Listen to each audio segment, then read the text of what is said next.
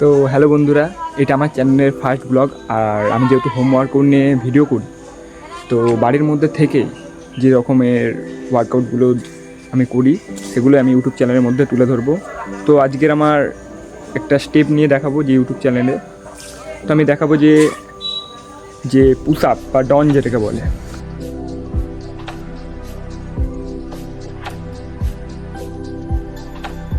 যদি তোমাদেরও এই অসুবিধাটা হয় পুশ আপ মারার সময় হাত কাঁপে বা 3টে থেকে 4টের বেশি পুশ আপ মারতে পারো না, তো আমার এই ভিডিওটা পুরোটা দেখো।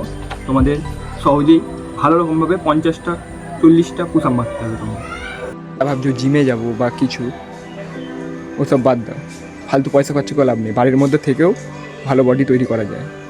আর যদি আমার ভিডিও দেখো, অবশ্যই ভালো রকমভাবে বডি হবে তোমাদের।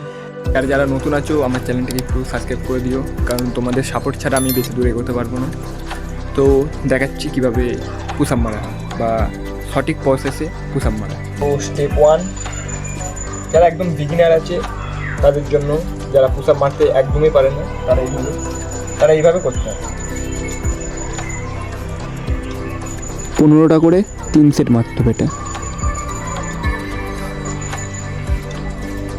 তো স্টেপ 2, নেক্সট প্রসেস। 10টা করে 3 সেট মারতে হবে।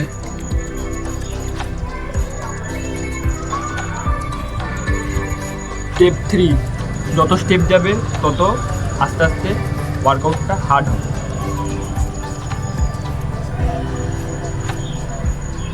8টা করে 3 সেট মারতে হবে। Step 4 and final step. 6টা করে 3 সেট মারতে হবে। ফাইনাল স্টেপ এটাই।